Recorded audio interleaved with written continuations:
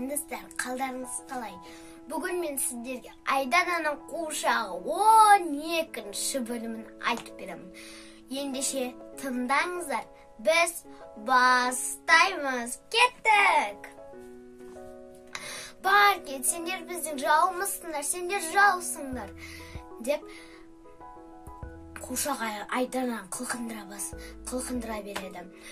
Bir кезде қуыршақ Айдананы итеріп жібереді да, Айдана қақалып шашалып қалады. Сөйтіп Айдана былай дейді: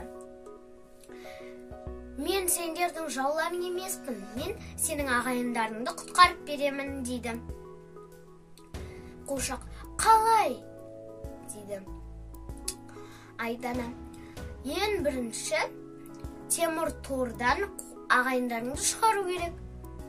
Болды, сол ғана, дейді. Ал кеттік ендеше, деп қуыршақ қуанып кетеді.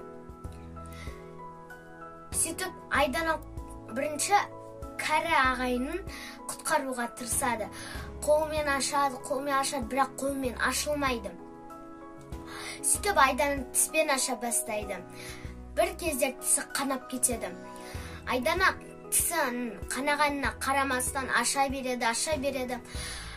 Тірі адамдары суға секіріп кетеді. Ал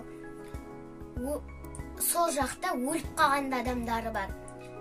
Ауырып тұрып қалған адамдары да бар. Сөйтіп ана жау адамдар келеді де Айдананың шашынан тартады.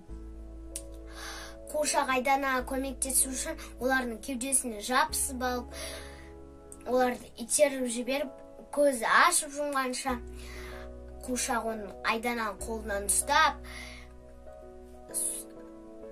көзі ашып жұмғанша уже аквариумның ішіне болады.